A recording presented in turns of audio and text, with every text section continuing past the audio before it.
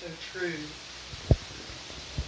This is Rue Ziegler interviewing Mervin Lernhart, and this is tape number 3, and the date is January 6, 2009. So, Mervin, you're being very,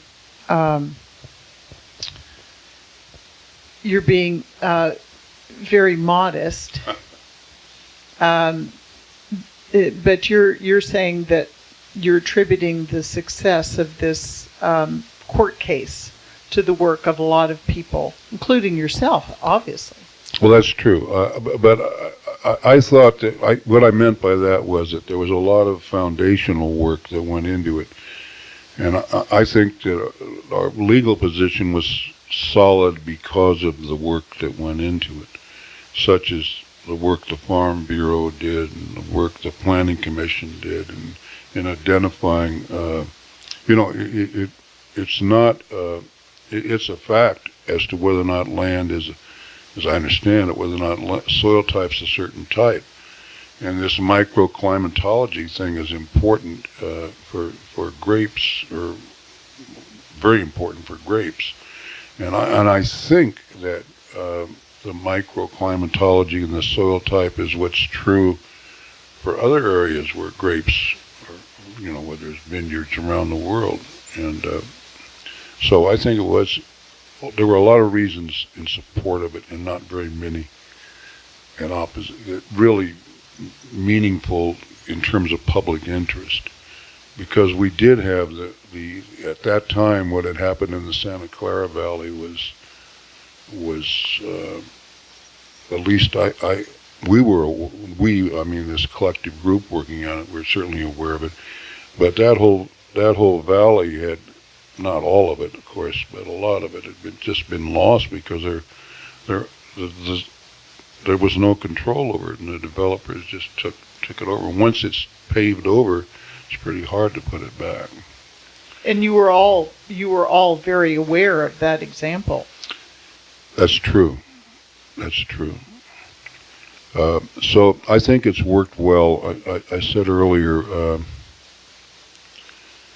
I think that other counties may have looked at that as a model because it did combine a lot of different approaches to reach a common goal. And I think it has worked as far as, I think the agricultural preserve itself has worked.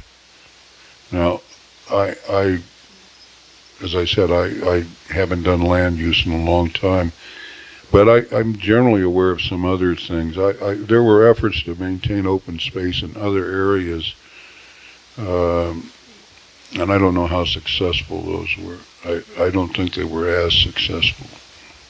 I'm thinking in particular down in South County.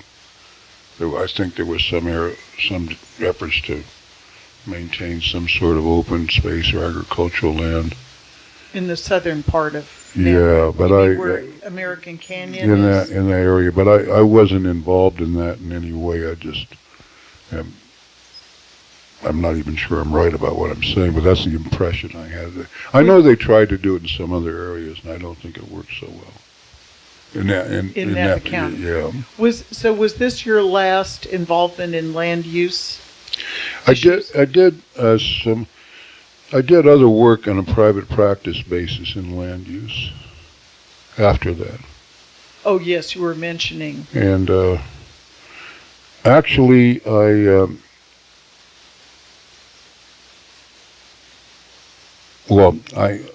me see, sometime around 1980.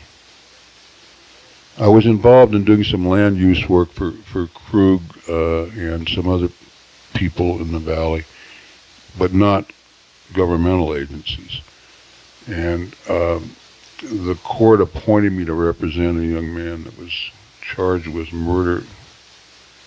And it was a very interesting case, and there was a change of venue. We went to another county, and it went on for a long time. And after that, I just kind of started doing criminal law, and I've never really done any land use law that I can think of after that. So probably the last contact I had I might have done something not here and there after that, but nothing major. So that's how you got involved in criminal law, Yeah. sort of as an offshoot of. Well, before that, Napa was a lot smaller, and there were a lot less lawyers, and you did the law practice wasn't as specialized as it is now, and so people would do civil law and criminal law. So I always did a little bit, but I that's what I've done chiefly since 1980, and I'm not going to say I haven't. I might have represented some people from time to time, but nothing of any major importance. I should say that at one time I also, we talked about the land, I represented the County Planning Commission, and I did represent some people that developed land on a private practice basis too at that time. People who wanted to develop their land, you mean, despite the ag preserve? I did. I worked with George Alamira on some land, municipal land, not county land, in the early, what years would that have been? In the 60s, I guess, and 70s. But now that wouldn't have been land covered by the ag preserve, right? Because that was within entirely the different. incorporated city. Entirely different.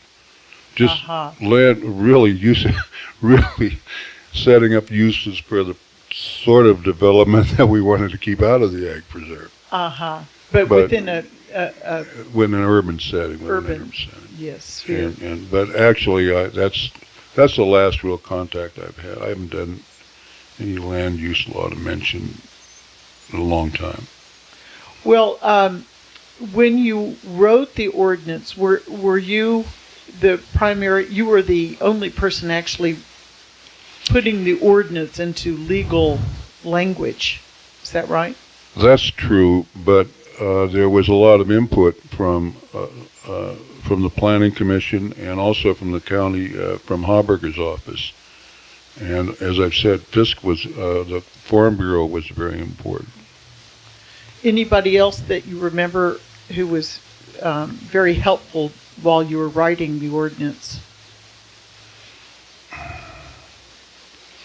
No, those are the agencies or the people that I think were, but the Planning Commission did an awful lot of work on it. They did the legwork, so to speak. Somebody, I wasn't involved in it, but somebody had to identify what the limits were. This type A or type B, whatever it was, soil was. I don't remember, it was type or class A or whatever. But anyway, the higher priority agricultural land, and somebody had to identify this microclimatology and so forth, and that all came to me as something to work with. But that all came to you as a kind of a brief, kind of information, like a barrister would get a brief from a solicitor. But we'd sit down and write it, and because the planning department had an interest in what they wanted in there, and my job was to kind of do it in a way that would be upheld. But they had a lot of the. I'm not suggesting that I thought of all these nuts and bolts or anything. But you had to put it together in a way that it could could stand up to a lawsuit. That's true, and I was involved in the initial brainstorming, if you will, about talking about combining the Williamson Act with this zoning to limit the lot size. And the whole idea, Rue, in a nutshell, if we just can strip it all down, was to prevent the land from being converted to urban or uses other than agrarian, or uses incompatible with agrarian use. Did you have any appreciation of how of what a landmark effort this was at the time? Because there wasn't any other county doing this. Yeah, I think everybody knew that it was important, because I don't remember how many thousand acres we rezoned, but it was was a lot. The whole floor of the valley. But I don't remember any, at least I didn't think, I don't remember people thinking about this is going to be a landmark and so forth and so on. Nobody was sort of calling attention to the fact that other counties in the United States had not come. Well, the fact that other counties hadn't done it, and the land had been developed and lost for agricultural purposes was important. Right. The sort of the negative examples. Right. But you didn't have any positive examples to model yourself with, so you had to come up with this on your own. I don't think that we had any, I don't recall any other modeling this after something that had occurred someplace else. But what it really did was to build on the Williamson Act. And it combined the Williamson Act with the zoning power. And the Williamson Act gave the farmer relief, tax relief. The Williamson Act ensured that the land would be based on, as I recall, capitalized agricultural income as opposed to comparable sales. So that meant the farmer could work the land for a profit without an economic tax hardship. And it's easy to see that if the taxes are out of line with the actual income derived from the land, that the owner's going to want to sell it. So the Williamson Act took care of that. What I think the agricultural preserve added to that Williamson Act was this limitation on lot size, or lot division. If you put the two of those together, and you have an incentive to use land for agricultural purposes by eliminating this comparable sales pressure, and also you have in parcel sizes where the only thing that can really be done with it is to farm. At least that was the idea. But where that's the highest and best use based on these factors such as soil type and climatology and so forth. There were other thoughts that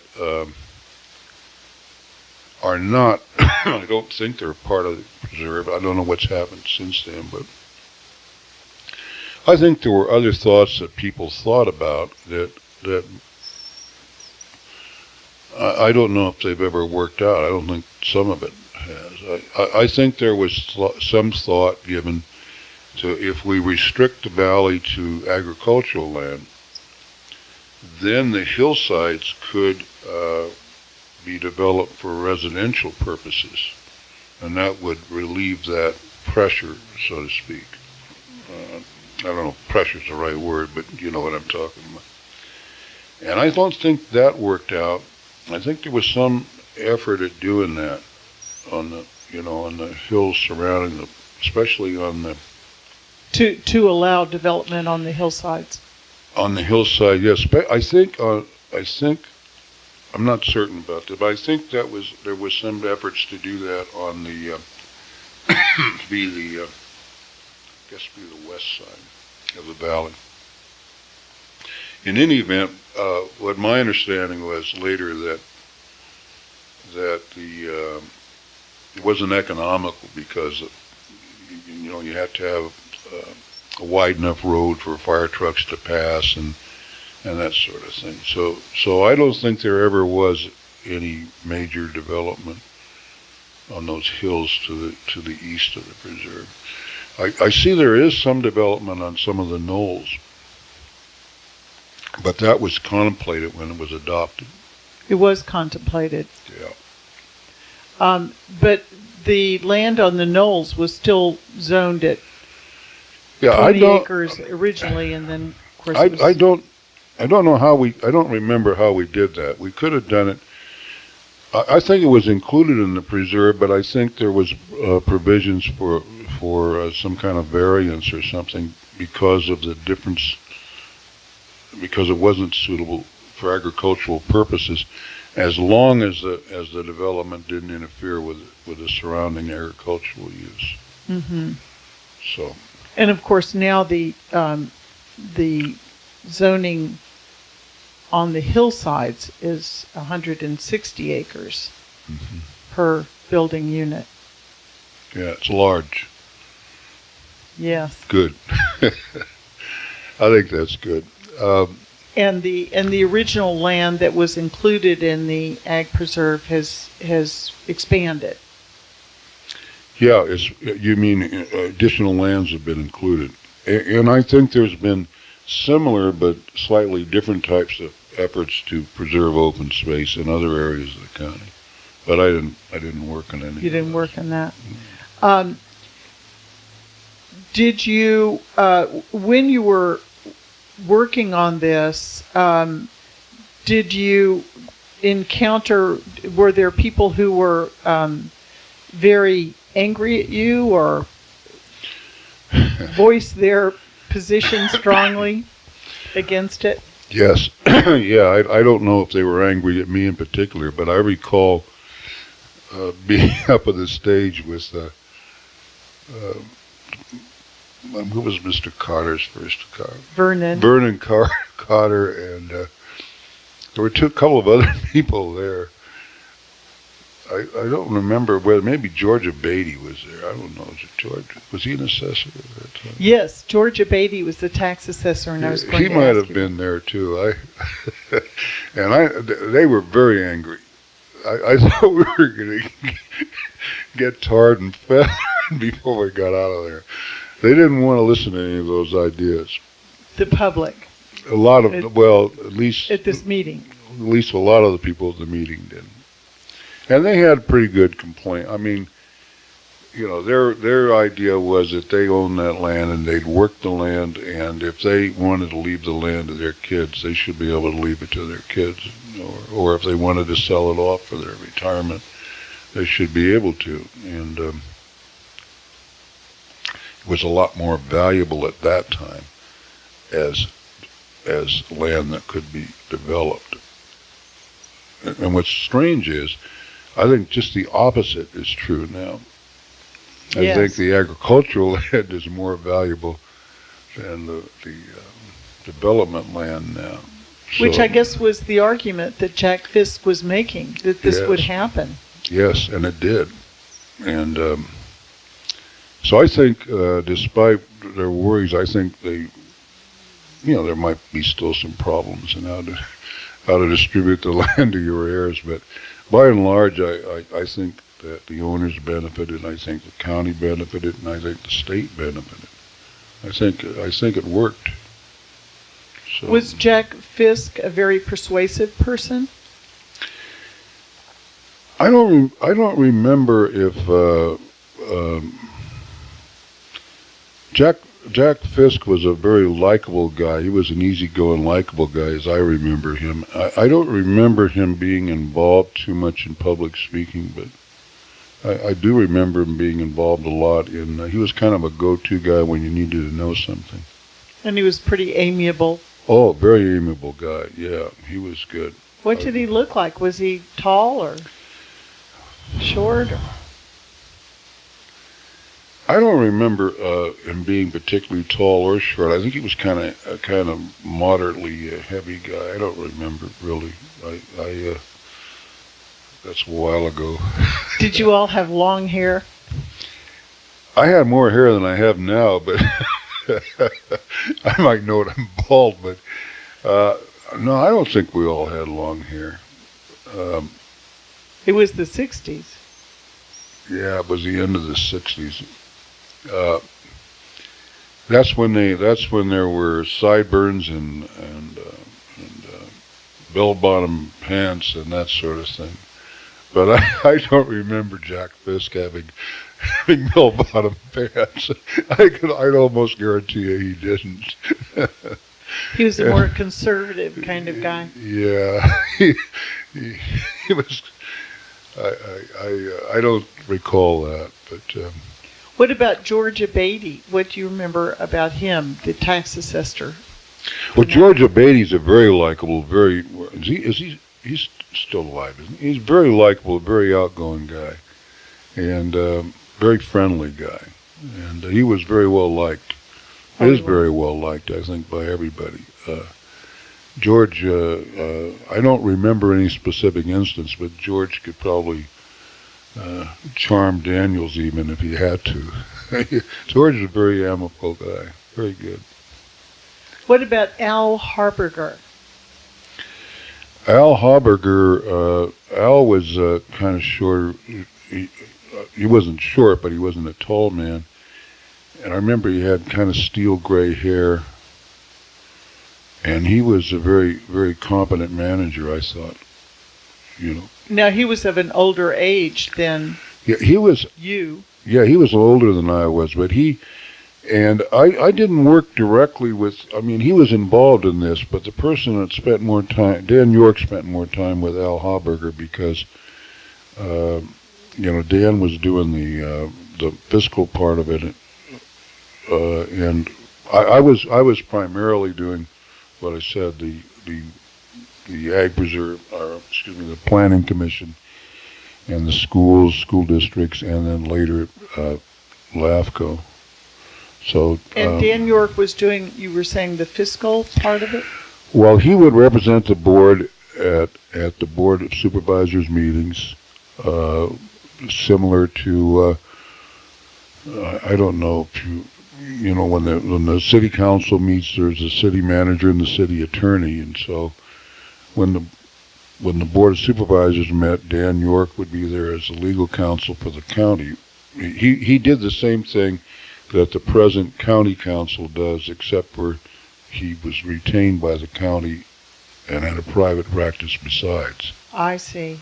So Dan did everything with the county, and he had responsibility for the county council's job with the county. But you wrote the ordinance. This particular ordinance. I wrote a lot of zoning and land use ordinances. I guess I'll tell you this. I don't think it makes any difference, but when I first started writing ordinances, I thought that the idea was to write the ordinance so that it could be enforced, Then, as time went by, I'd get a call from a supervisor who had a constituent that wanted to do something and couldn't do it, and he'd say, well, and what can you do to help this constituent? I'd say, well, we can't do that. I wrote the ordinance this way. He'd say, well, that's a damn fool way to write an ordinance.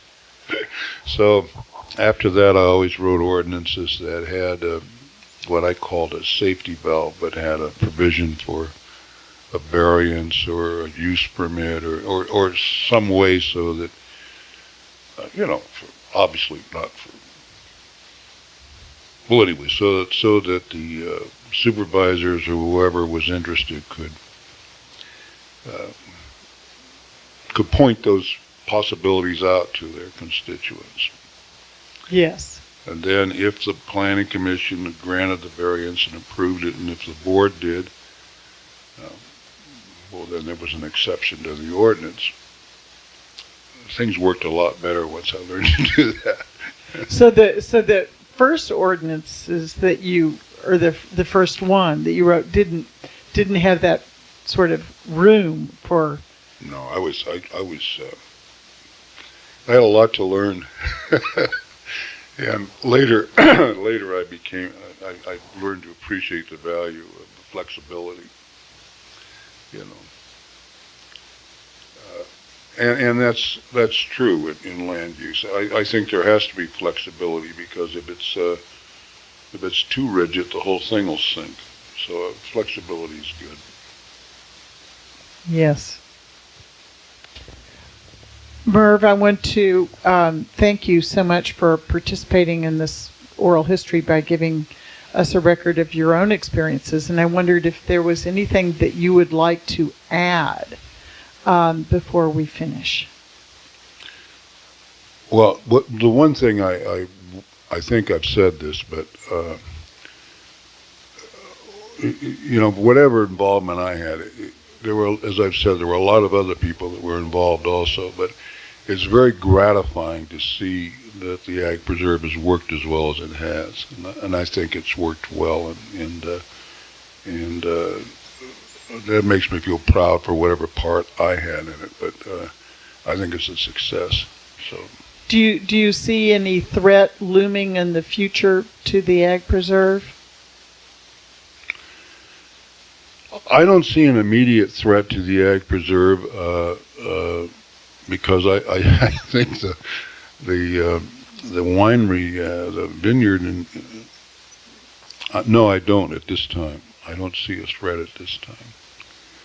But there's who knows if because of economic conditions or because of some sort of disease. If the land couldn't be used for grapes, for vineyards, before there were vineyards, I recall there were a lot of prune trees. I don't know if prune trees would produce the income to maintain the preserve. So I don't see any threat as long as the